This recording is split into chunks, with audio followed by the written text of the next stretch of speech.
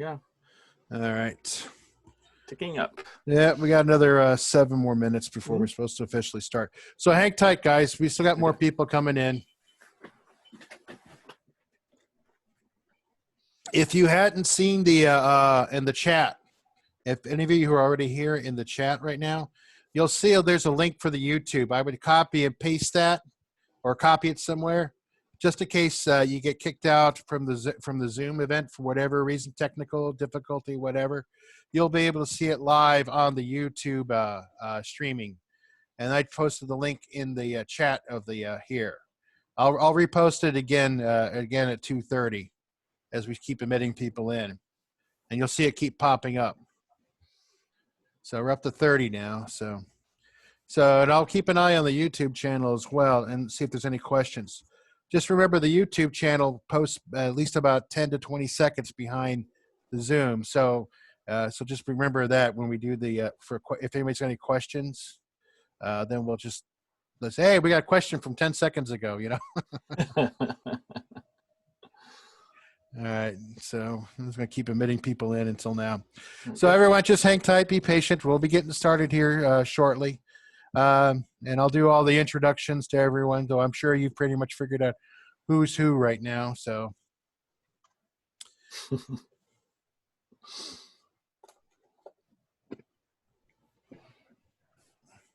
But yeah, let's just do some.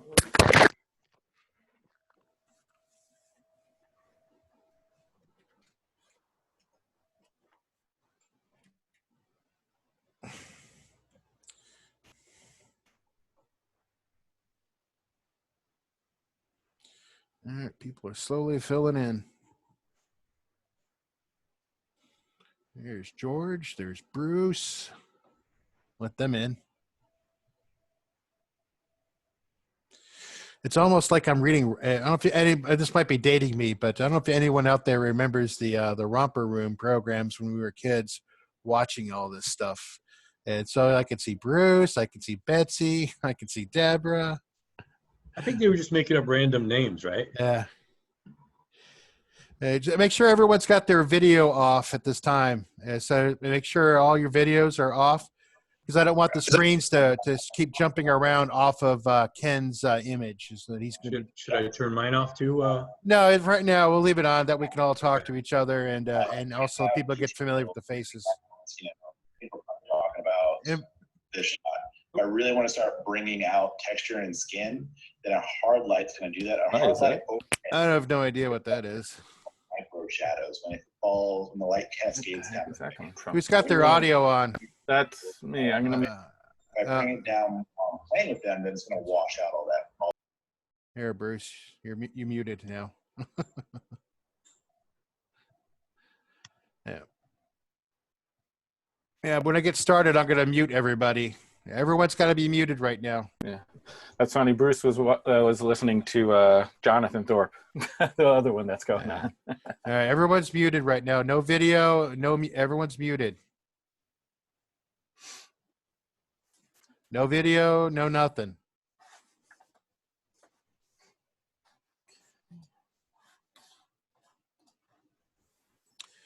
We're going to have quite a number of people in here. So what's going to happen is that if everyone's got their video and their audio on, it's going to overlap with what's going on in the presentation. At 2:30, we'll go over some of the more the protocol, what we're going to do for questions and stuff like that. So just be patient. We're just going to wait for more people to come on in.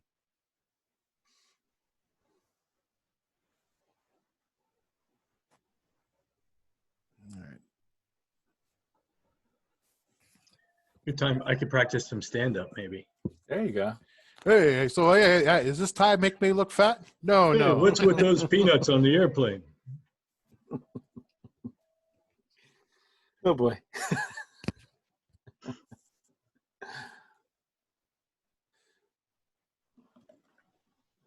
What's your favorite joke, Jeff? I don't know. It's a mixed crowd here. Yeah.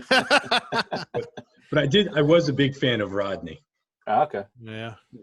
The other day, my wife called me at work to say she couldn't stop thinking about the last time, or I called my wife to say I couldn't stop thinking about the last time we made love. She said, "Who is this?" But somebody's, I guess, looking at us without video and audio, so I'm not sure what's going to happen with them. I'll message them and make sure they got the link. Mm-hmm. So let me see if I can message them. Oops. Where did they go?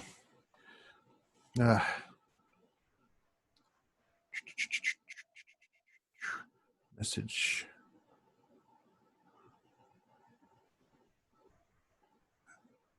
I can't do it. Apparently, I can't message them. They're up to 43. Oh, we lost one. Nope. It was that bad joke. Yeah, probably. Yeah, I'm sure this could be. It's a tough crowd out there. Yeah. All right, so what are we up to? All right, we're going to be starting in about a minute here. So it's not too bad. We're still at a manageable level at 43. So, oh, here's another one. Up to 44. All right. Got about a few more folks. All right. I know, it's like kind of like watching the water boil. It's almost time. It's almost time. Everyone get excited. Woo! So close. Everyone likes the talking heads. Yep. All right, guys. All right. It's 2:29, so I guess we'll get 2:30. Just clicked over. All right. So we're going to get started now, guys. Well, thank you all for your patience. For those who don't know who I am, my name is Donovan. Sometimes people know me as Dono, and sometimes people know me as Photo Dono. If you guys have not seen at the beginning of this chat, if you go to the group chat, you'll see a link in there for YouTube. I'm going to repost it again, so it'll hopefully refresh on your windows. If you get kicked out of the event and you can't get back in for whatever reason, please go to the YouTube channel. You can follow along still. This event is being recorded as well, too, and this will be made also available to you guys afterwards, after the video gets processed. It takes some time to process it, so I'll be able to send out an email link to everybody so you guys can all see that. Jeff from Tamron, Mr. Jeff Vogely is over there. That's Mr. Tam JV. He's our Tamron rep for the store here at Johnson Photo Imaging. Just to give you kind of an update what's going on with Johnson Photo. The store is open from 10 to 2, Monday through Saturday. Michael Arbor is there during the day, and he'll be able to answer questions for you, as well as if you want to give the store a call at 941-896-9921. Hence the virtual graphic behind me. You can see the phone number there. But keep in mind, you can always go to Johnson's web store, website to get all the information. That's jpiphoto.com. When you go to the YouTube channel, you'll start seeing the links when everything's posted. You'll see the other links for all this stuff and all this information. I don't want to clutter the chat with all this stuff. Sorry, I'm looking at messages, see if anybody's messaging me about this. And of course, we got our Mr. Ken Hubbard, the host with the most today. He's going to hopefully point us in the right direction to where we need to get the cameras going to get some interesting mysteries of night photography. So I'm looking forward to the presentation quite a bit. Let's see. So the way the questions are going to work, guys, is that there's going to be too many of us on here to open up and whatever. So what I would like for everyone to do is to either send a message in the group chat, and I'll try to see it. I'm also going to be watching on YouTube. So Jeff is also going to be looking at this as well, too, and he's going to be looking for the questions. So try to keep the group chat open to only questions only. If you want to message someone specifically, then what you want to do is you want to click where it says to everyone on the group chat, and just find the person that's in the group chat, in the chat, and you can message them privately. Keep in mind, if you want to message me, that's going to be fine. I might not see it right away because I'm going to be bouncing back and forth between YouTube and this. As I mentioned before at the beginning, of the top of this, YouTube is going to be delayed about 10, 20 seconds.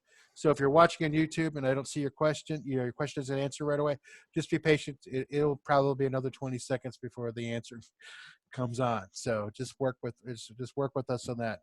I hope everyone's going to enjoy the experience. and I'm looking forward to it. I've been pumped up and super excited about seeing this thing. I'm really building you up, Ken. I know. I was like, yeah, I The can't pressure. wait. Oh! So anyway, so without further ado, so if Jeff's got a few words, you're more than welcome to speak. Well, I just want to say thanks everybody for coming along. You're going to like Ken as a teacher. The guy wears a lot of hats, but he's also has a photography company, and he's a teacher, and he's the head of our field services and all of our techs. And we have a lot of great teachers. So thanks, Ken, for always being there for us. And I got one little thing, it's a comment that I would like to make about your local shops. And I am a sales rep for all of the retailers in about 5 states, including Florida.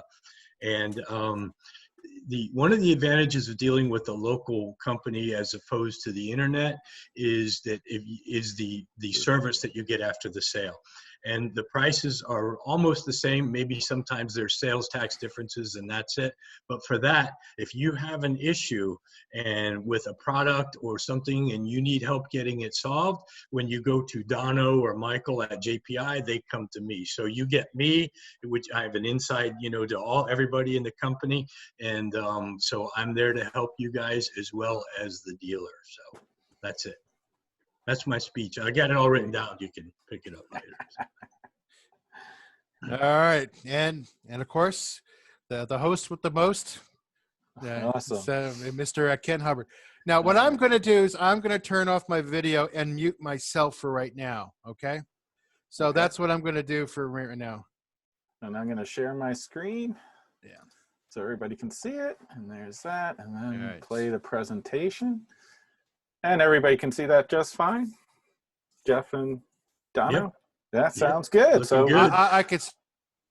we're cooking with fire now. So that's always good. If anyone can't see it, then they'll. Oops, sorry. If anyone can't see it, then they'll message us, of course. Okay. Sounds good. So I would like to start by saying thank you to Johnson's Photo for hosting this event, allowing us to be part of their webinar series and doing business with us. I also want to thank all of you for coming along and spending the next, say, 45 minutes to an hour with me and going over night photography. I know it's a very difficult time staying at home, but this is something you actually can do.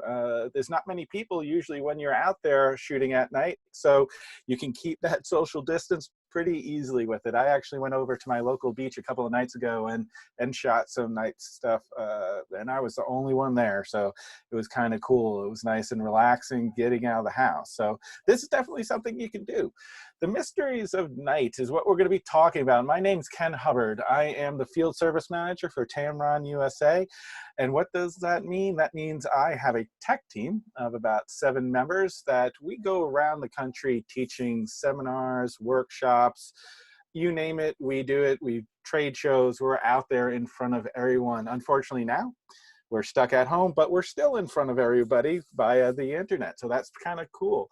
I've been with Tamron for 19 years and loving it, and because it allows me to travel and take pictures of some great, great places. So some of the things I'm going to be talking about tonight, and this is some of the most important things about night photography, because a lot of people think of night photography as something extremely difficult. Oh my goodness, I got to know all these different things. But when it comes down to it, it's just another type of photography. You have to understand your controls. The biggest difference is you really have to know aperture, shutter, and ISO, and working all 3 of those together to capture a proper exposure. You are going to take control of the camera a little bit more with this. Say with sports, you can put it in shutter priority and put that shutter speed way up to 1/2000th of a second, and the camera will take over the aperture and you can fire. That won't work here. With landscapes, you can go general landscapes, you can go into aperture priority to control your aperture and your depth of field. The camera will take over the shutter speed. That's not going to really work with night photography either. So you do have to take over all 3 of these, aperture, shutter, and ISO, to really know, to really get that great image you're looking for. Know your lenses. I am not a photographer that just grabs a lens out of a bag and goes out and says, I'm going to shoot with this today. It's a lens, I could get it. No, for any type of photography, any night photography, I'm very lens specific because I'm looking to create different dynamics with different types of lenses. Do I want wide, or do I want a little bit more telephoto? What is it I'm trying to create? So knowing what lens to use for what, extremely important as well. I'm going to tell you what's in my bag, what I bring with me to capture these nighttime images. I'm going to talk about the difference between sunset, blue sky, and black sky, the different times of night. What happens to light as you get deeper and deeper into the night. Composition, focal point, leading line, scale, everything still is relevant. Even if you can't see things with your eyes, all these compositional elements are extremely important. And of course, what most people want to know about, how to capture stars. I'm going to go into that as well. So starting off, like I said, get to know your camera extremely well.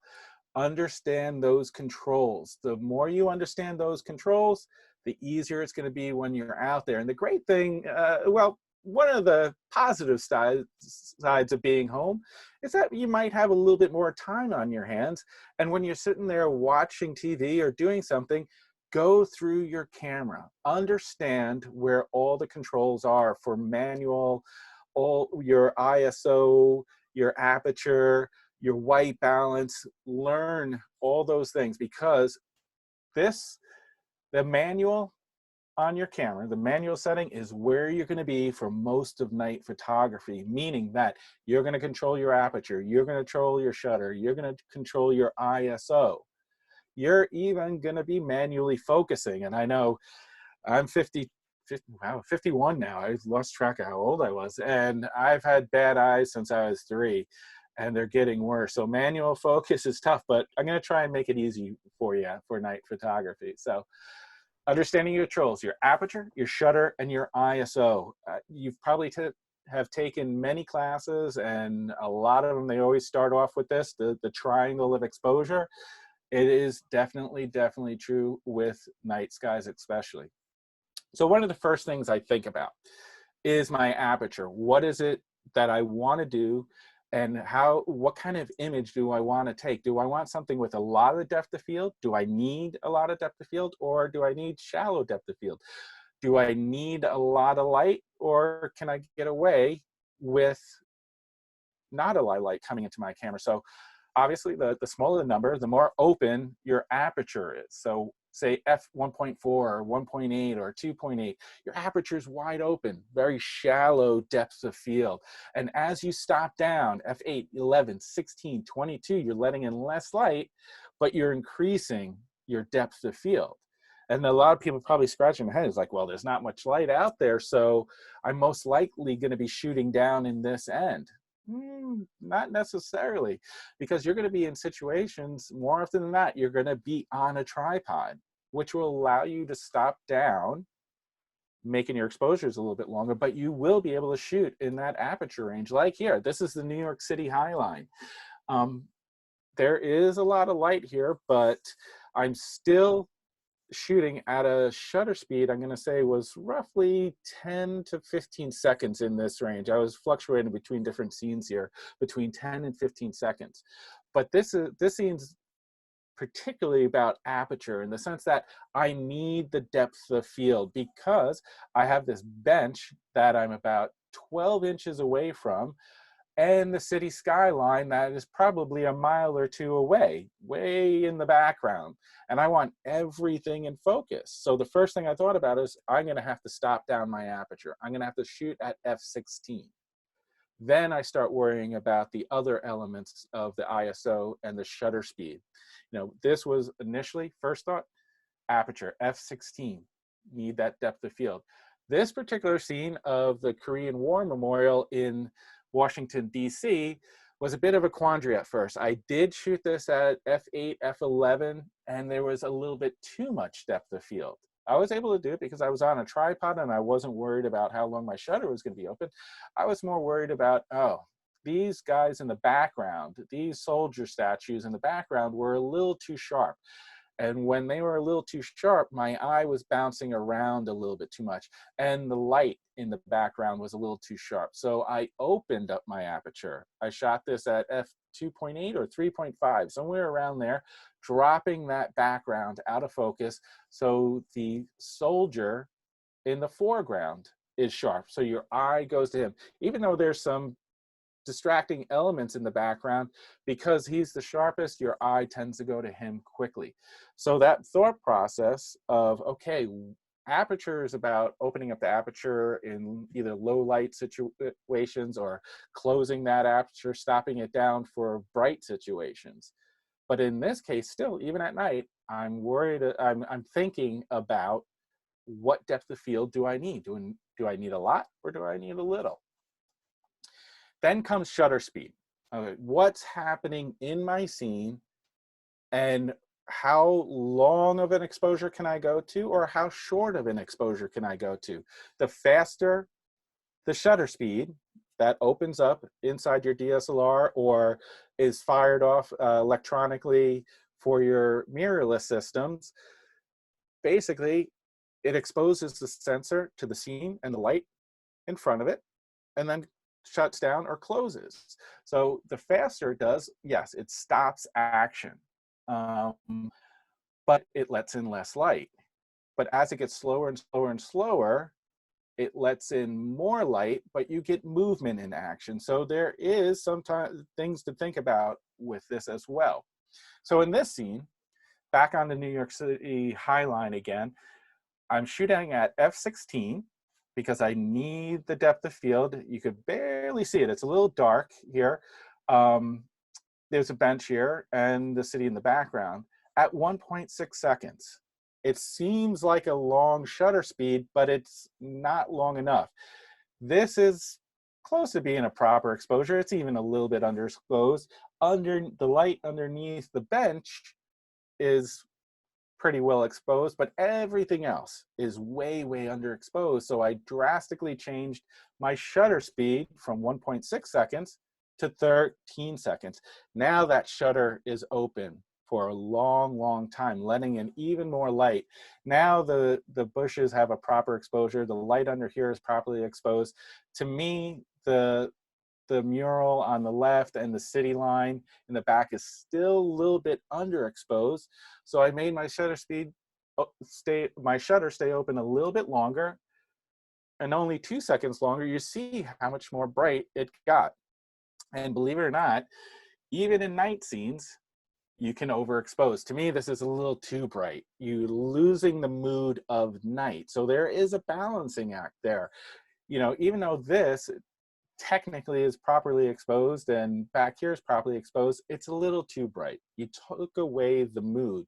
So look at what you're doing and what actually looks right.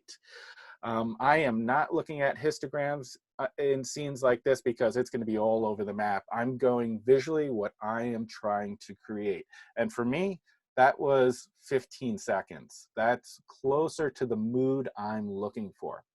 The other nice thing about these long exposures, and besides being able to open up a scene, is we talked about movement. The longer that shutter's open, the more you see this fluid movement, like in a stream or a waterfall. A fast shutter speed, 1/1000th of a second, everything's frozen. 2 seconds, you get that nice, soft, flowing, cloud-like water. So movement in people is very unique with long, long shutter speeds. Hey, Ken? Yes. I'm sorry, there's a question from Mark D. Okay. Would you consider bracketing that night shot?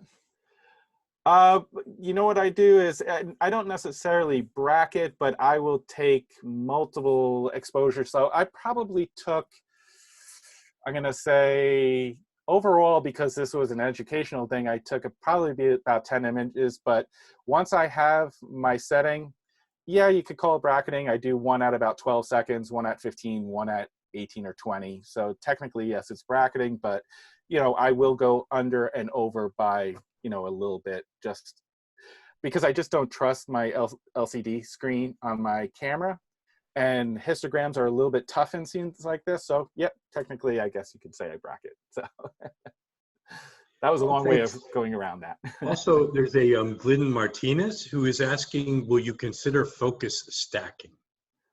Focus stacking. You could do that, sure. I don't, for two reasons in this case. One, I'm on a tripod, so I'm not so concerned about how long my shutter speed is going to be. I actually want it to be a little bit longer, and I'm going to go into that explanation in a second. Plus, I'm using an ultra wide angle lens here, the 10-24 at 10 millimeters. The nice thing about ultra wide angles is because of the angle of view that it also has a very large depth of field. So I don't really need to focus stack in a situation like this. The reason why I want longer exposures here as well is because what I was about to say about the movement. Here you're not, with a long exposure and people walking by, this is in New York City High Line, and there's probably 15 people that walked by while this exposure was going, but they kept on moving. And the nice thing is when they keep moving, they do not show up in the scene. If they came in and they stopped, or like this person here, she's just kind of sitting there, then they show up. But for the sake of this, they kept on moving. The only place where you see them is, I believe you guys can see my cursor. So you can actually see a couple of legs. And you see the people that are close to this light. What's happening there is that as people walk and you have a bright light source in a scene like this, because your foot actually stops for a second, like a microsecond, that light hitting it created that ghost-like effect because of that very, very minuscule amount of time that they stopped. If they were over here where there were people, you don't see them at all because they're in the dark and they kept on moving. So kind of a neat situation there. Thank you. Yep. And now that you can see, she left. I do like to tell stories about some of my images. I do not show it anymore, but here you can see there's this woman here and she has that stroller. There's also this kid over here that's standing on the bench. He was running around at one point and she was kind of grabbing at him. And I took an exposure, and when the exposure came up, all you saw was her bottom torso, no top half, and a stroller. And it kind of freaked people out a little bit. They're like, why is there a pair of legs sitting on the bench? And I had to explain that's because she was going forward and back the entire time my exposure was going on, but her legs stayed still. I bring it out for Halloween for people, but outside of that, I try not to show it anymore. So movement, again, for long exposures. Here you have it again, a long exposure of about 15 seconds as the clouds are moving through Rocky Mountain National Park. We had a nice clear sky, and we got some images, but as the night went on, clouds started coming in. Still trying to create some interesting images. The scene this direction isn't overly exciting without the stars there, but with the movement of the clouds gives it a little bit more. So a 15-second exposure captured that movement in the clouds. And as you go longer and longer, of course, you get longer and longer streaks, as in with stars. In the case of this, to get star trails, you need very long exposures. You need to go into the hour plus time period to get these lines as long as possible to get the circular motion. You can do this two ways. You can literally leave your shutter open for an hour or 2 hours, and as the Earth moves, you'll get, depending on the direction you're pointing, movement in the stars.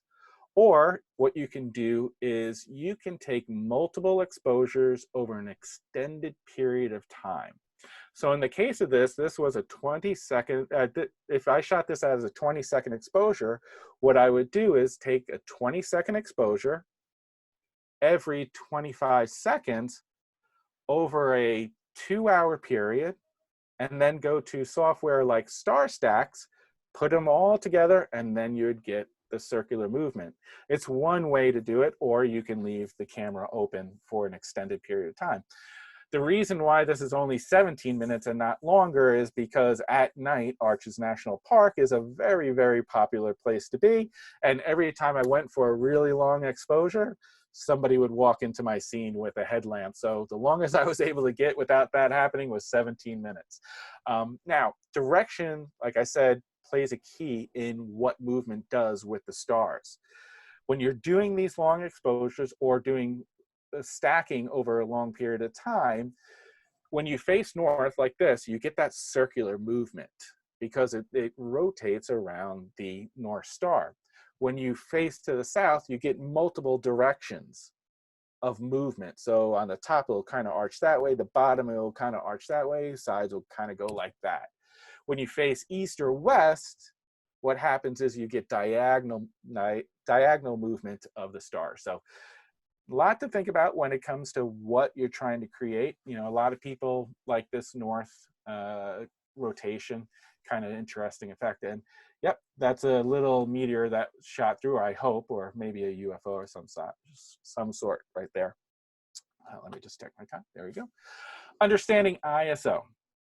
Not that ISO isn't important, because it is. It's equally important in the scene, but it's usually the third thing I think about in the situation, because I'm thinking about my aperture for depth of field, and I'm thinking about my shutter next because of movement and how much light I need in it. How long can I keep my shutter open and keep pinpointed stars, or am I trying to get, you know, rotation or movement in the stars? Is there movement in the scene that I need frozen, or is there movement in the scene that I don't mind if it's off? So that's why aperture and shutter are the first two things I think about, because I'm trying to kind of segment it down and then adjusting my shutter speed accordingly, or adjusting my ISO according to my aperture and my shutter to create the proper exposure. So in this case, obviously, I can shoot. Hey, You know, hey, Ken. So, sorry. I'm sorry, Ken. I got a YouTube question, so it's Okay. probably from a couple pictures ago. It's from Aaron H. I thought the bulb would get hot if the camera was left on a really long exposure. Oh, early on in digital cameras, yeah, you didn't want to leave your shutter open for extended period of times because there was overheating. As time went on and cameras got better and better, you can leave your shutter open for longer and longer periods of time without the worry of overheating. But yeah, early on with DSLRs and digital cameras, it was an issue of overheating. And that's where I think the development of stacking for star trails first really started, because you just couldn't, you know, the cameras would overheat a little bit. The other nice thing about star stacking is that if a plane or something you don't want in the scene shows up for 1 or 2 frames, when you stack for the stars, you can actually take out that one exposure and it'll still be able to maintain a nice thing, where I had to stop after 17 minutes because people were walking into my frame. You know, if I star stacked it, then I could have just took out that frame and went on with it. So back to ISO. Thanks, Obviously, you got it. Obviously here, this is where I wish I was right now. This is Barbados, a beautiful day, bright and sunny. My ISO can be at 100. I can stop down my aperture to f16 for that depth of field I need to get the boat and everything in there. And my shutter speed is probably 1/125th of a second, easily hand holdable, you know, because of the amount of light that's in the scene.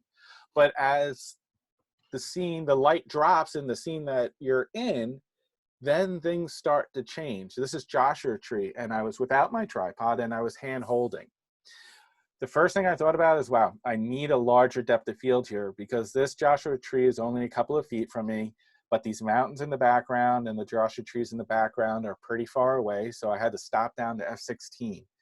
I'm hand holding, and with the 24-70 Tamron, I can hand hold at 24 millimeters down to about a sixth or a quarter of a second. And so I did that.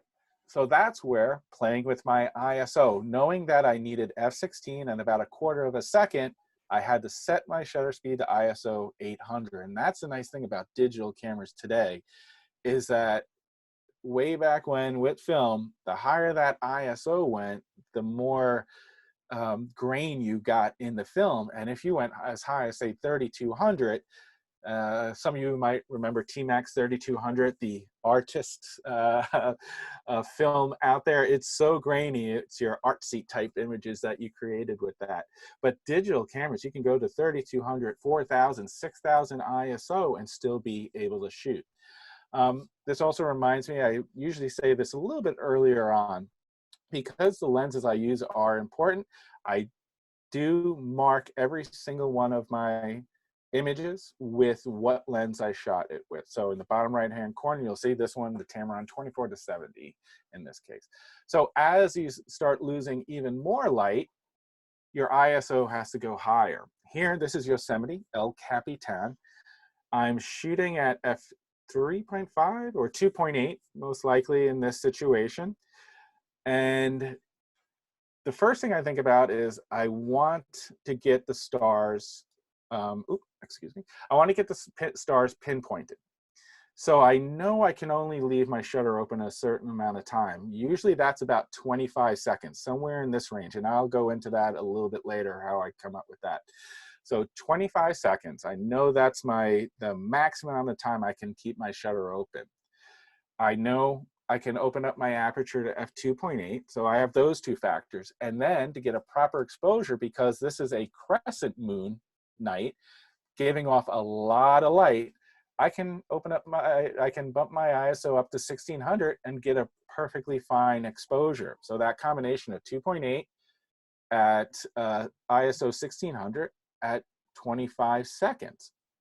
Now, I talked earlier about depth of field and stopping down to create a larger depth of field. So I have trees in my foreground. Then I have El Capitan pretty far behind that. And I got stars even further behind that. But yet, everything is in focus. Well, every lens has an infinity point, a max point of where it focuses to. And when subjects in your scene are all beyond that point of the infinity point of the lens, then they all become sort of this, think of it as they become on the same plane. They're all outside of that point, so you're focusing at the infinity point, and they all stay in focus. The problem would come in if there was a tree directly in front of me, like the Joshua tree image. That tree was only a couple of feet in front of me, so I had to worry about depth of field.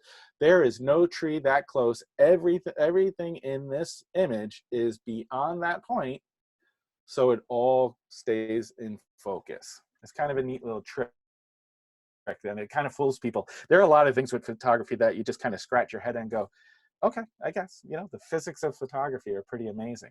But then you have a night where there's no moon, or it's a new moon, or the moon hasn't risen yet, so there's absolutely no light, like this night in Zion National Park. Now, again, the first thing I'm thinking about is I want the Milky Way sharp, so I can only keep my shutter speed open for a certain amount of time, approximately 25 seconds. I'm going to be shooting at 2.8, and now to get a proper exposure at 2.8, 25 seconds, I needed an ISO of 3200. And this is a good point to explain the images that you're seeing here. Every single one of my images has been adjusted in either Photoshop or Lightroom. I try to keep them as natural as possible, but some I enhance a little bit more. And when it comes to night skies, what comes out of your camera generally is nothing close to this, and you do need to do some adjustments to really bring out the colors and the contrast of the Milky Way. You can see it, of course, and you can see it with your eye, but because there's atmospheric haze is one of the issues here, that you have to cut that out and kind of enhance the images a little bit to get what you want.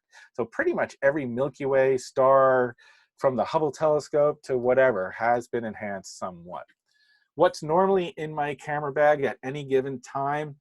Usually two different camera systems, either an APS-C or a mirrorless, but always my full frame.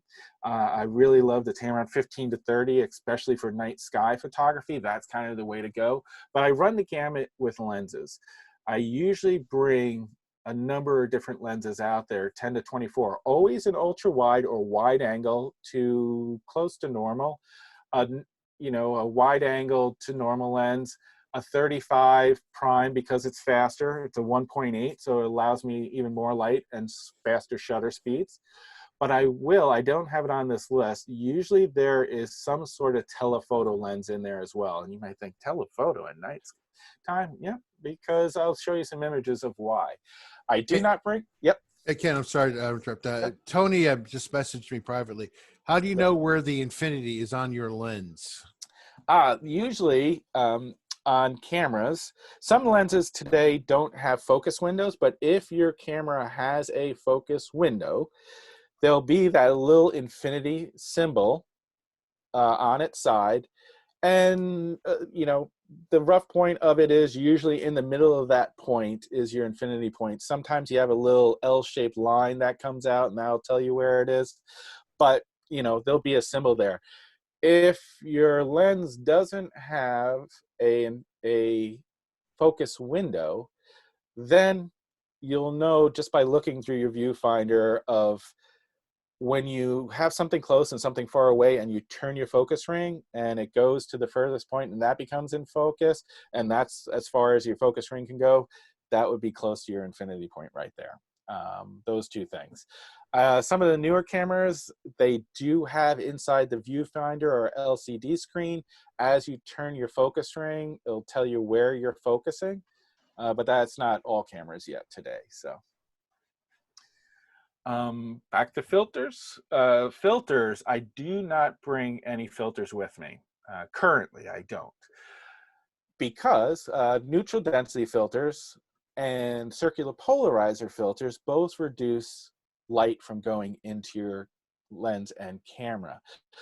Circular polarizer will be a 1.5 stops of light, and neutral density filters can be anywhere from 2, 4, 8, 10 stops of light that'll take away from your scene, and you're already working with low light situations, so there's really no need to reduce the amount of light.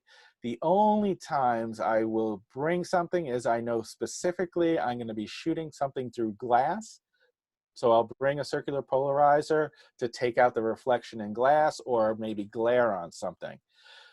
There are specialty filters out there for night photography, both to help with ambient light from light sources, say cities that may be a little bit close, to kind of mute them down a little bit.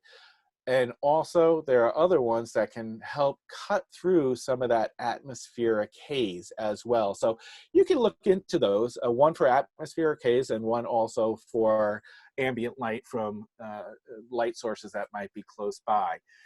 I tend to, you know, be in situations where either I'm using the ambient light as a source that kind of adds to the picture, or, you know, I just do the adjustments later on in Photoshop and Lightroom as far as the atmospheric haze goes. Accessories, tripods, shutter release cables, and flashlights. I'm going to talk about this multiple times, and I'm sure Johnson's Photo will help you with these as well. Tripod. I cannot emphasize it enough that you should have a nice, sturdy, a little bit on the, you know, medium to larger side, so it's a little bit more sturdy, a good tripod. I lead a lot of night skies workshops where people come with these really lightweight, you know, they're nice little tripods, but they're lightweight tripods, and at night, you even come close to kicking it or touching it, they tend to go over very easily, and they're not as stable. Shutter release cables or remotes, that's so you don't touch your camera, you know, your shutter release on your camera. You may think you're on a tripod that, oh, I could touch my shutter release and there won't be any movement.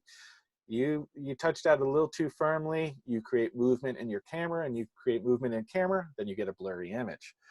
Flashlights are for 2 or 3 different reasons. One, obviously, is for finding your way to the location you're going to in the dark. But also when you're there, you can use it to focus on a subject if need be, but also paint with light, add a little bit more dimension to your scene. And I'll go into all that as we go through more of this presentation. Back to the New York City High Line, talking about lenses, wide angle. Why a wide angle for night? Well, sometimes if you're in cities or street scenes, you're in tight situations like here. This is only approximately 6 or 7 feet wide and maybe 12 feet long. But when you use a wide angle, what are the effects of wide angle? They make the scene you're in, the foreground, look wider, bigger than normal, and it stretches it out. So it makes the area look bigger than it is.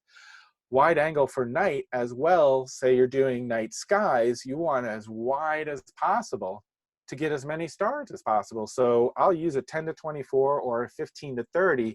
Definitely if I'm in a tight situation where things are close up and I want to make things look more dramatic, and for night skies to max amount of the amount of skies that I have. Not saying that you can't use a wide to normal lens like the 24 to 70 at 24 millimeters in a night sky scene, because you're just not going to get as much as the sky. But a 24 to 70 walking around Washington D.C. like you saw, or city street scenes, this works great as well. And it's a nice fast lens. It's an f2.8 lens as well, so it does let in a lot of light. This is where it gets a little funky. People think telephoto. I wouldn't think about taking a telephoto out at night, but it's all a matter of the scene you're trying to create, the image you're trying to create.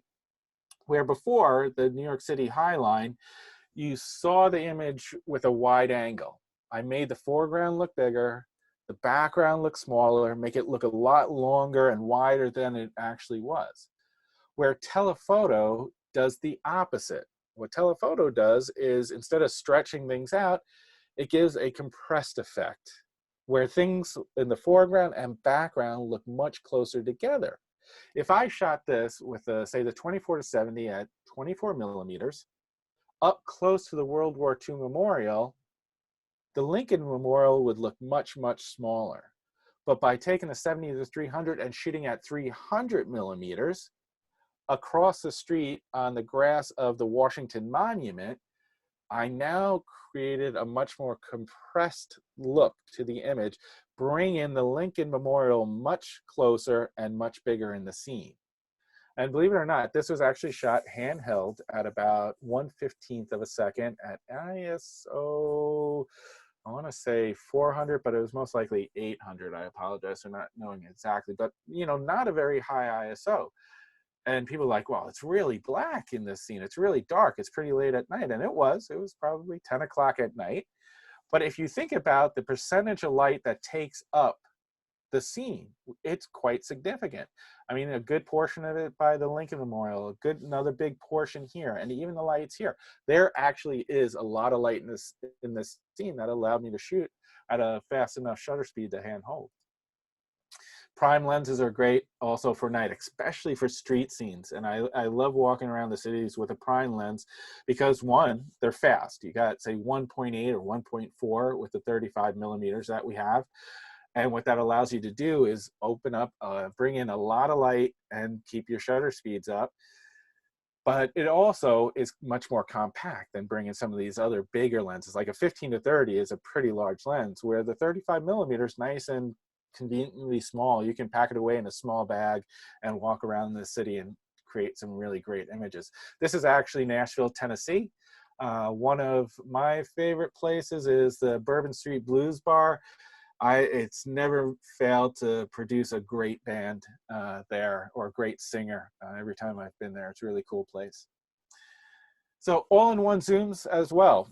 That's usually what's in my bag when it comes to, if this is night photography, it'll be an all-in-one zoom just so I have that telephoto. And I'm going to come back to this lens, this image a little bit later and talk about a few elements of it, but I do bring an all-in-one with me as well. Now I'm going to talk about the difference between sunset, blue sky, and black sky.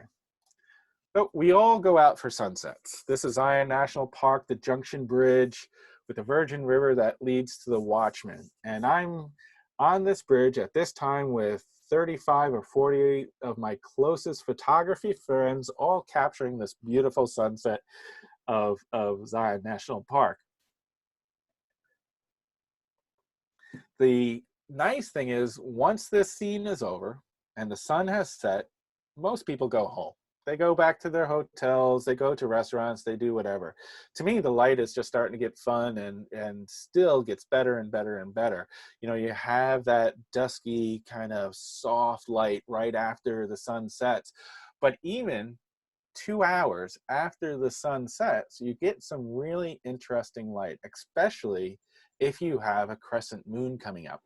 So what's going on here? This is about 2 hours after sunset. Hey, Ken. Yeah. Sorry. Paul's got a question. Is there an all-in-one zoom lens for the Sony A7 III? A7 III, not yet.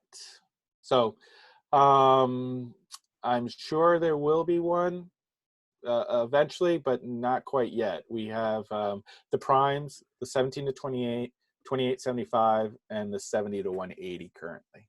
So, but you know, since Tamron is probably most well known for all-in-one zooms, that's by far their biggest sellers, I wouldn't be surprised if it's somewhere in the near future. So just not yet. And if I could add that also the lenses that we have now for that camera, the 17 to 28, the 28 to 75, and now coming is the 70 to 180, are very small lenses and very compact and easy to carry. So it's not like, you know, back when we have these big SLR lenses and, you know, the 2.8 lenses, and they're much larger, and it's, Right. you know, 30 pounds of gear. So they are very compact now. When the all-in-one is coming, it's hard to say. Yeah. Yep. So what's happening here is I have a crescent moon 2 hours after sunset. So the crescent moon's giving me light to light up the valley. I'm in basically the same spot I was before.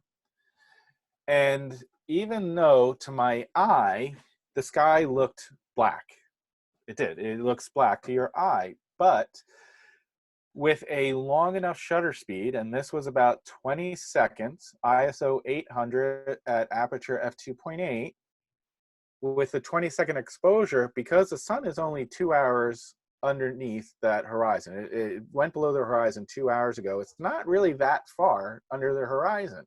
It's still giving off some ambient light that our eyes just can't see. But the camera can pick it up with a long enough exposure, and that's where you get this indigo blue sky. So that's that blue hour sky that you can get with a long enough exposure. The nice thing about today are cell phones and the ability to download apps that will help you calculate these times. I use a app called Photo Pills. Exactly the way it sounds, Photo Pills.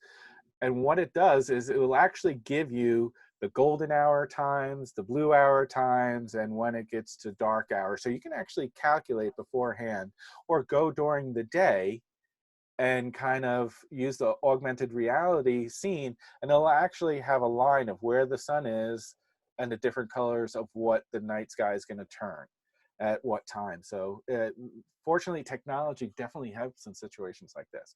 So now you come back, say 5 hours later. It's now about 1 o'clock in the morning. The sun is well past set. It is on the other side of the planet, lighting up another country. And then you get to the dark skies. There's very little ambient light left in the skies, and it goes to this color. Hey, Ken. Yep. We have another question from Russ, and he asks, are you using long exposure noise reduction camera setting? Great question, because I usually forget that till the very end. In the camera, because long exposure creates noise. It's no longer called grain, it's called noise. And what that does is in the shadows and in the dark areas, you'll see noise in there. It'll look grainy and not all that good. I do not use in-camera long exposure noise reduction. And the main reason why is you're doing 15-second, 20-second, 25-second, maybe hour-long exposures or 20-minute long exposures. And when you do that, the camera will take the exposure, the initial exposure, but then take a second exposure the same exact length of time. So if you take a 30-second exposure, It's going to take another 30 exposure. That is sort of a black frame that it lays over to reduce the amount of noise in the scene. 30 seconds may not seem like that long, but when you're on a rock face in Hey, Ken. Zion National Park, yeah. Sorry, Russell V has a question. Do you use the 500 rule to determine your shutter speed? I'm going to get to that. So that'll be a little bit in there. So I'm going to get into that. I'm just going to quickly finish the long exposure. So you're doubling your time, and 30 seconds in the dark, you know, believe it or not, you'll start getting a little impatient. So I just turn it off. And fortunately, third-party manufacturers make much stronger and better noise reduction than inside your camera. So I just use DxO or Luminar or something like that to help with noise reduction. But it's, I would say, maybe only 2 or 3 out of every 10 images do I really feel I need to do it to anyway. So make your scene interesting. Don't walk away. Use leading lines, focal points, scale, all these things to create more interesting images. Here's a scene in Grand Teton National Park. It's kind of nice silhouette of the mountains in the background. I got a ton of stars. This was one of the darkest areas I've been to, and the most amount of stars I've seen besides Glacier National Park. Got a little meteor going through my scene there. It's kind of nice. But initial shot I took was, this was not lit. I didn't light that up. So all you saw was a black blob there. I ended up kind of filling it with a little light. Now you have a leading line that kind of draws you into the lake and to the horizon line. Just added a little element to the scene to make it a little bit more interesting. And I told you I was going to come back to this. You have a couple of things going on here. Leading lines and leading lines with focal points. There's no real focal point here. My leading line goes to the horizon, goes to the silhouette, but there's no defined object here that I go to. It's just kind of that horizon line, which is fine. It doesn't have to, but some images need a focal point. So here I have a leading line of the wall and the lights reflecting in the wall up to the monument, and then another leading line coming back down with the lights itself that lead to my focal point. This guy touching the name on the wall. I took 2 or 3 images without him there. And then he asked if he could go into the scene. I asked, do you mind if I take your picture when you walk in? And he said, no. Much more impactful image having it there. Without him there, my eye just bounced back and forth on that line and just really didn't stay anywhere. It went up and then came back and stayed here. So look for focal points. Sometimes images work without it, but other times you do need it in there. Play with scale, the St. Louis Arch. Nighttime with the arch getting really down low. Remember, wide angle lenses make that foreground look abnormally big. This is a big structure, but it doesn't dwarf the city the way it's represented here. I mean, because I'm so close to it and the angle that I'm shooting at makes it look dramatically bigger than the city of St. Louis itself. So play with scale in your scenes as well. So now I'm going to start moving into night skies tips, and I will get into that 500 rule within the next few sections here. You're going to have to set your camera to manual focus, and you can start with that infinity point, but I'm going to go into manual focus a little bit more detail in a few seconds here. Shutter release. Have a cable or remote. If you're using an old-fashioned cable and you don't have a lock in it, if you don't want to hold it for 30 seconds, just get some Velcro or gaffer's tape to lock it down so you don't have to hold it the whole time, or, you know, when you're doing those really, really long exposures, because most cameras only go up to 30 seconds. And beyond 30 seconds, if you're doing these minute-long or hour-long exposures, you're going to have to either hold it or tape it down or something. Turn your VC off in your lens. Your VC, your image stabilization, your vibration reduction, whatever it is. Tamron, it's VC, vibration compensation. The reason why you turn that off is because when you put your camera on a tripod, it's very still. And when those mechanisms look for movement and don't find it, they create their own, and then you get blur in your image. So you get like these little check marks in the stars and stuff like that. Know what you want to shoot before you shoot it, and be patient. I cannot preface it enough to go out and scout in the middle of the day. Find a location where you think will make a great image for night photography. Use the apps on your phones to help dictate that, but go during the day. This way, you know all the elements that are going to be around you, in front of you. You know, how close are you to a cliff? Or is there a really great foreground subject that I'm going to need to paint with light? Just don't go out in the middle of the night and wing it. You're going to be much more successful scouting out and knowing what you're going to shoot. And once you're there, be patient. This is not fast photography. This is not sports photography where you're blasting off 1,000 images in an hour. This is, you know, maybe a dozen or 20 images in an hour that you're taking. So it is a patient game. Know what's in your bag and where it is. When I go out for night photography, I can close my eyes and know exactly what I'm picking up and where to go in my bag. It's dark out there. Even if you have a light, it's still dark out there. And if you pick up something and accidentally drop it that you didn't know what it was, there's a good chance that's gone. So know what it is and where it is, so you're picking up the right stuff all the time. For night skies, some of the tips about white balance. Yes, if you are shooting in RAW, which I highly recommend you shoot in RAW because you are going to be manipulating your images in Photoshop, Lightroom, or whatever you use, you can use auto white balance, and that's fine because you can change it later on. I shoot both RAW and JPEG. I just like to... Hey, Ken. Yep. Sorry, Tony had another question. Can you go over that point number 2 about taping Velcro again? I guess you missed it. Yeah. The video kind of cut out a little bit around there. Not a problem. Your shutter release cable, 2 reasons. If you're doing long exposures, and actually we got a section of it, so it's good to repeat. If you're doing very long exposures, your camera only has settings for 30 seconds, up to 30 seconds. You hit it, it'll keep the shutter open for 30 seconds and close. After that, it has a bulb system where you have to hold that shutter open physically. And if you're doing an hour-long shutter for, star trails, if your shutter release cable doesn't have a lock on it, that's where the Velcro or tape comes in to tape down that.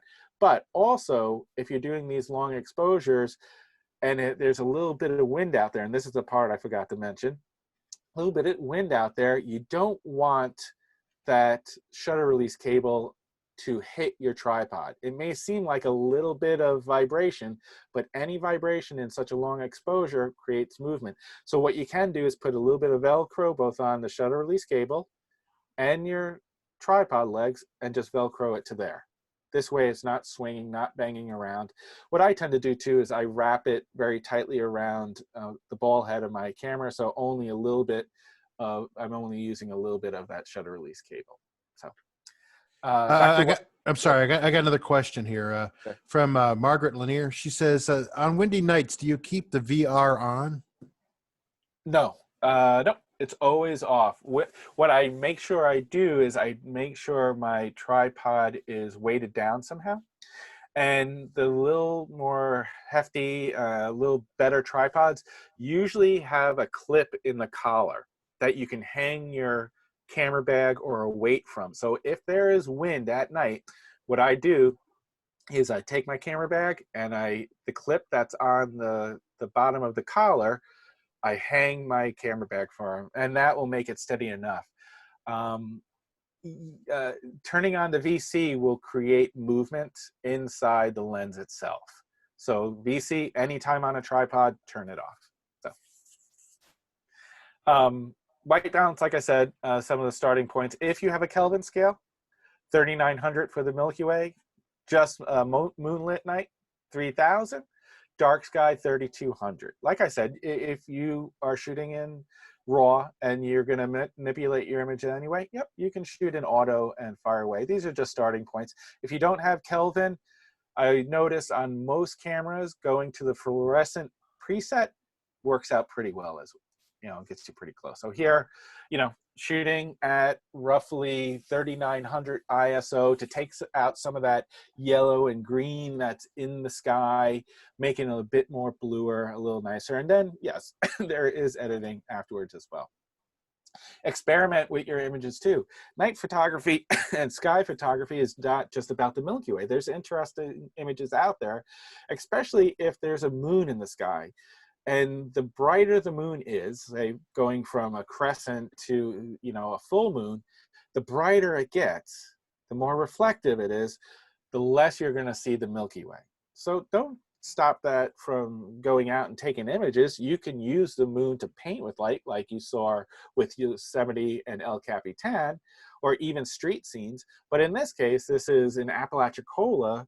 I want to take a scene of the Gulf, and with a long exposure, instead of doing a starburst that you see in a lot of sunsets, I created a moonburst by stopping down my aperture to f16. Helped give me a very long exposure, so the Gulf of Mexico got really nice and flat, but this kind of cool effect to the moon as well. So there's always something to Hey, Ken. shoot. Yep. Sorry, I got another question from Beth. She Okay. says, you stated VC off anytime cameras on a tripod. Is this for Right. night photography or in general? Thanks. In general, yeah, across the board. It's a safety zone to prevent any shake within that element inside of your lens. So it's night photography, landscape, sunset, or, you know, photography, anything like that, especially when doing a little longer exposures. And longer, I mean even down 1/4 of a second, 1/15 of a second. If you're on a tripod shooting a sport scene, say a car race or a horse race or whatever it might be, that you're at a shutter speed of 1/2000th of a second, that shutter speed's so fast that it's not gonna be bothered by the VC left on. But anytime you're down even 1/125th or something like that, I've been in scenes where I shot at 60th of a second, 1/125th of a second, and I left my VC on the tripod, and yep, there's that little bit of movement blur in it because I left it on. So the best bet is just turn it off and play it safe. And there's another question, Ken. Okay. This is from Bruce. Would you shoot in auto white balance if you were taking multiple images over a long period of time? That's a little different.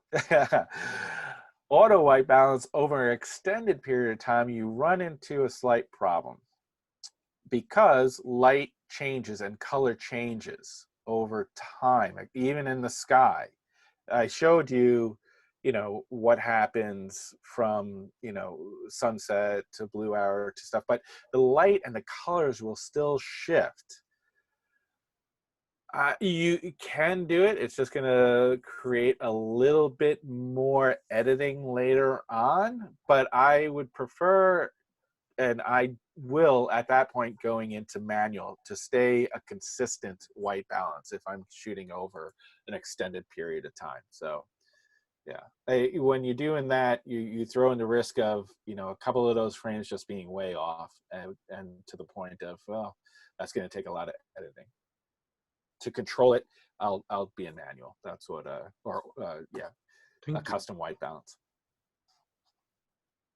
So, working the scene. There we go. Back-to-back questions threw me off for a second.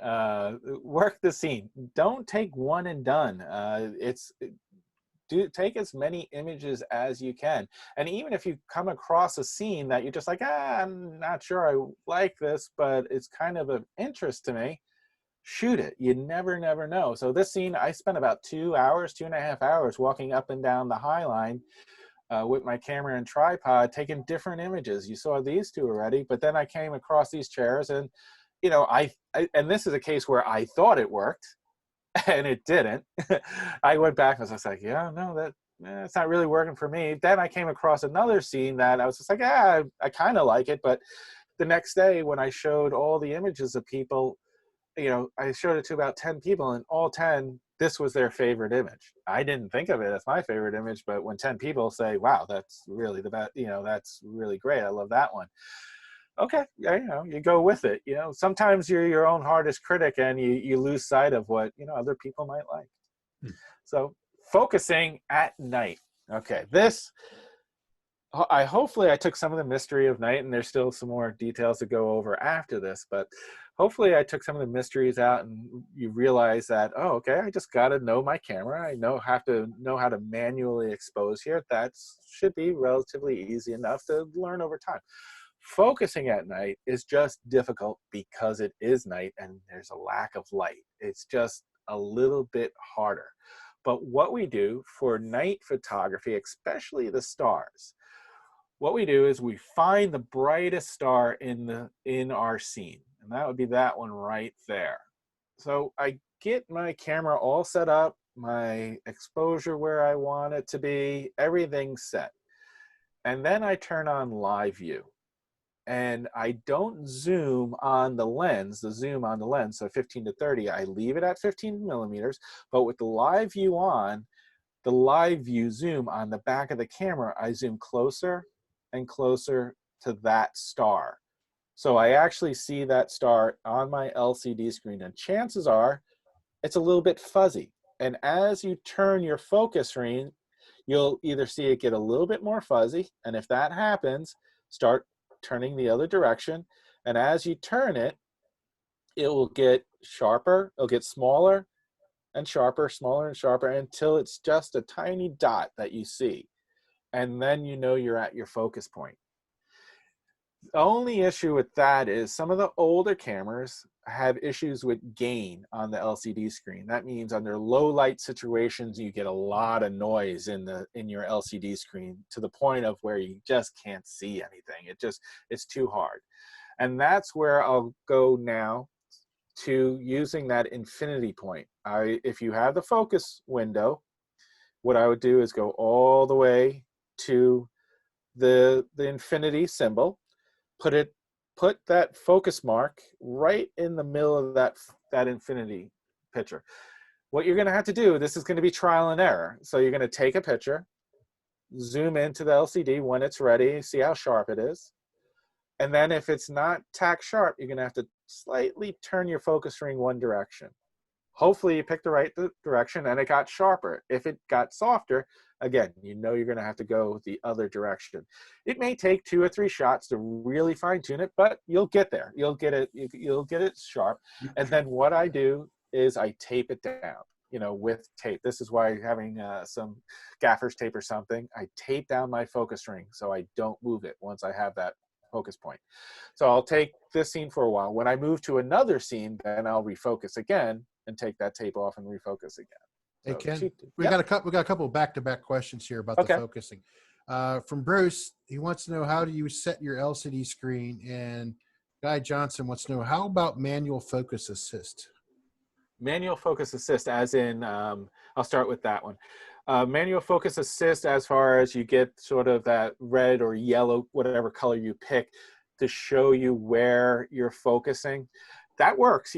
Say if this scene that's on the screen right now, all these lights are off and there's just a couple of key lights around, that would really help, because if you want the statue in the middle there sharp, focus assist will work in the sense that, okay, as you're turning it, you'll see the red outline effect. Go to that and do it. The stars, it's been a little hit and miss with me. When I try to use it, say when the 7R3 I have, it's been a little hit and miss where doing the LCD has been dead on. And the first question was again? It was, how do you set your LCD screen? I'm assuming to help you focus. Basically you just turn it on. So you turn live view on, and what will happen is, as you zoom in, now that you have your camera face towards that star, as you zoom in with the button, you'll see that star get a little bit bigger, bigger, bigger. And that's what I mean by it. It's all turning your live view on so your LCD screen becomes active, and then use the zoom button on the back of your camera.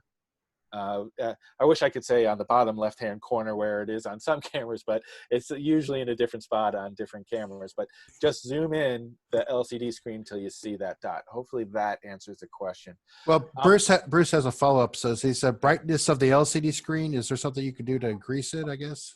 I guess you can increase it a little bit.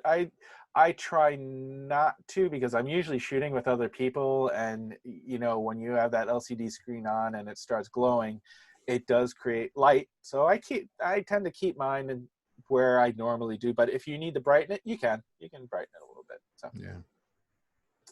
all right. So focusing here, this camera in this scene, it's nighttime, but there's tons of light. So yeah, I can even autofocus. I can pick my point, say right here, using a 1/3, 2/3 rule for getting some depth of field, stopping down my aperture. I get this nice burst effect in all the lights by having to stop down the aperture. I also have that nice depth of field here. So I focus right here, and because there's enough light, yeah, it actually can autofocus. But if all these lights start to dim, and I just have a few key lights again here, what I'll do is I'll take out my flashlight, knowing that I probably want to focus somewhere around here. I'll take my flashlight and put it on that subject that I want to focus on. And one or two things, if I have a bright enough flashlight, I might be able to autofocus, but at the very least, I'll be able to manual focus. And again, yeah, if you have the sensor for when you're looking through your viewfinder, that it tells you with the red or yellow outline that that's in focus, that will work as well. Now, I know I had this question earlier. So you're talking about this exposure time of 25 seconds or 20 seconds, allowing the camera to capture a proper exposure, but keeping those stars sharp. This is where the Milky Way 500 rule comes in. And it's not a steadfast rule, because there's a few other things that are involved in the movement effect of stars. But what the Milky Way 500 rule helps you do is calculate how long you can keep your shutter open till you get movement in the stars. So if I'm taking the 15 to 30 Tamron at 15 millimeters, I divide that into 500, and that gives me roughly 33.3 seconds. More often than not, excuse me, more often than that, that is a little bit too long of a period of time to keep it open. It just gives me a rough idea, because declination and your angle from the solar equator affects it as well. I do not like doing math out in the field. I do not want to over complicate things, so I just quickly do this. Or again, in PhotoPills, which makes that app so good, is they actually have a thing you can put in your focal length, your declination, and it'll give you the exact amount of time. I'm not always sure what declination I'm at, so I just use this rule. In other words, you know, again, if you're using something besides wide, you go more to a normal focal length, say a 50 millimeter, and you just want the center of the Milky Way. You divide 50 into 500, that gives you 10 seconds. That's the max amount of time, because of magnification in the lens, that you can keep the shutter open. So the more telephoto you go, the shorter amount of time you can keep that shutter open because of magnification. So accessories and flashlights, I talked about painting with light and using that as a tool. So here, this is, again, Zion National Park. You saw the image earlier. Nice silhouette. I kind of like it as a silhouette. But after I took it as a silhouette, and this goes back to shoot multiple images, try different things. Don't accept just one single image. After I shot this one, I decided I wanted to paint this with light and add a little bit of light back here as well. So I moved back just a little bit, change my angle just a little bit as the Milky Way was moving through the sky. And I end up throwing a little bit of light on here and just a touch of light in here. So I have two different densities. This I wanted to remain darker than this one. It's important not to paint your subject that you're photographing in your scene from directly behind your camera, because it produces very flat light.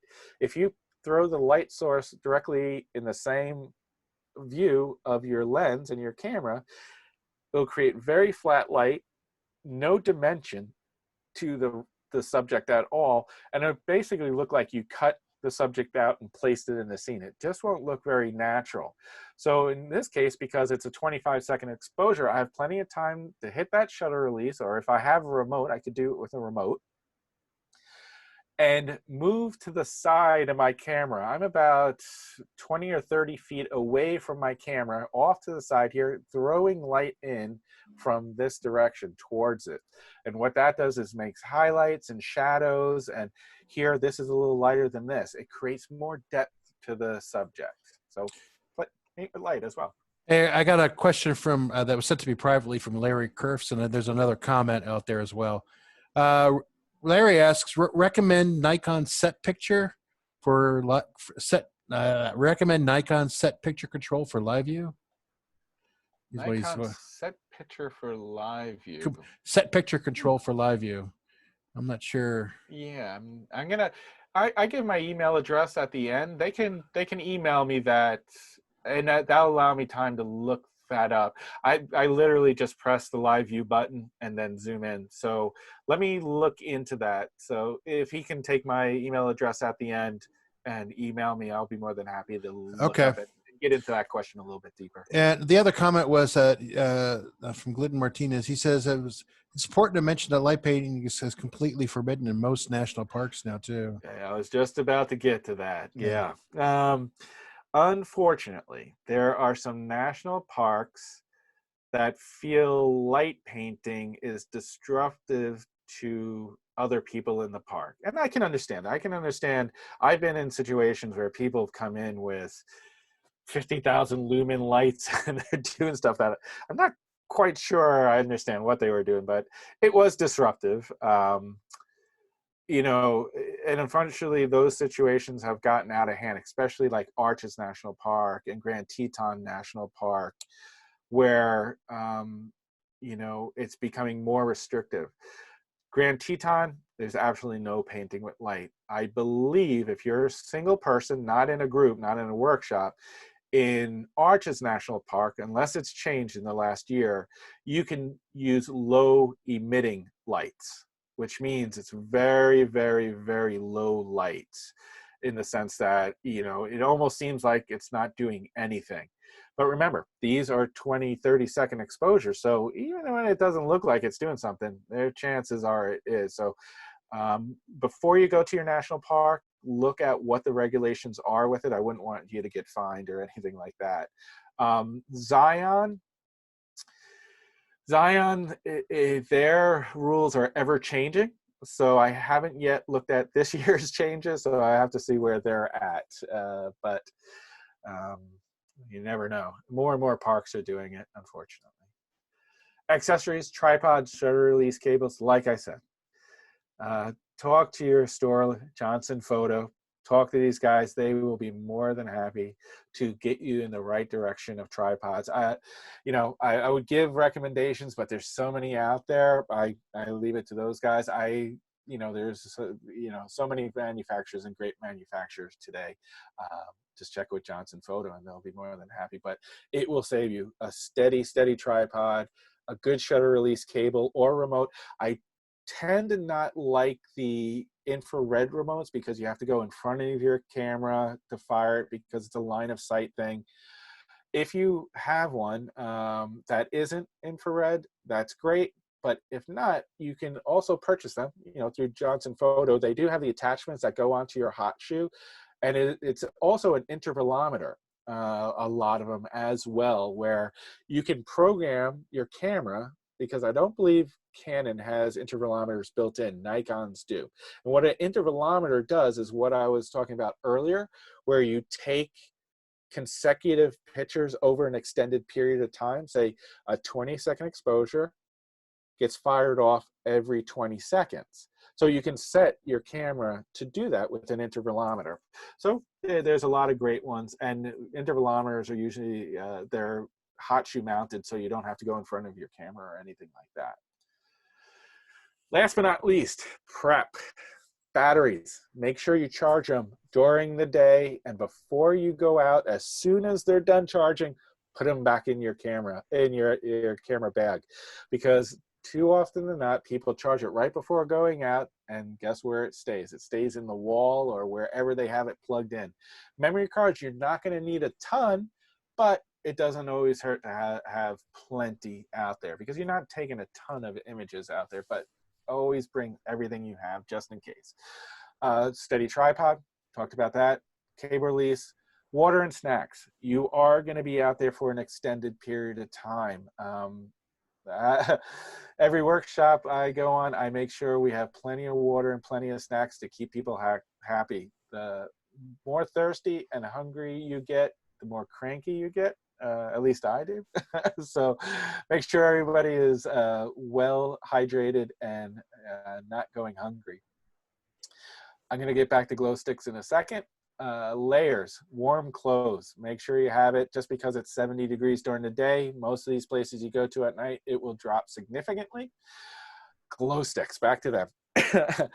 It may seem funny. It's not that we're doing painting with light or any weird 70s stuff with glow sticks out there, but it's more for knowing where your car is. Like when you have to hike into some locations, you're not going to see your car from where you are more often than not.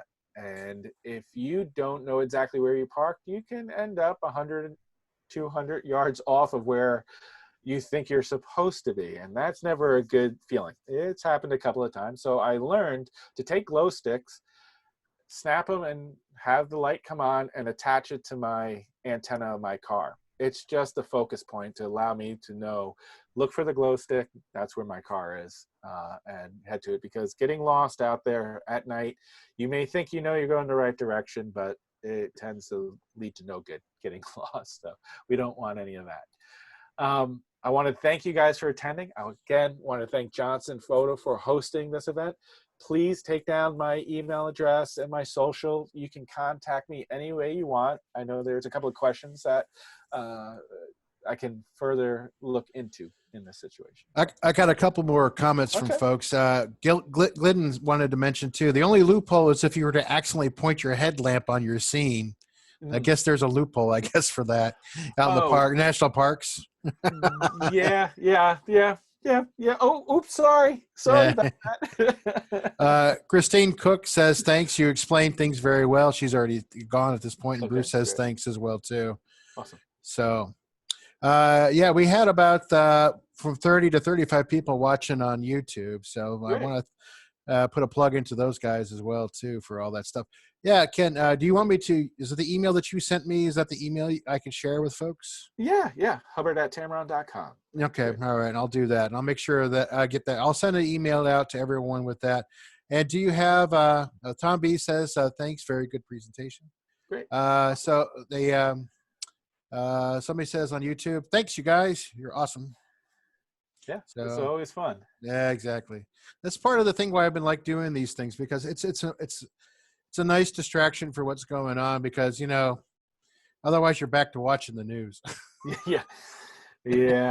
Unfortunately, we won't go there though. No. Yes. Aaron H says, thank you very much. Excellent presentation. Very good webinar. So everyone's saying thanks a lot. Yep. Thanks from Tom and Wayne and Paul. Yeah, thanks to Johnson Photo. Good job. Yeah. Awesome.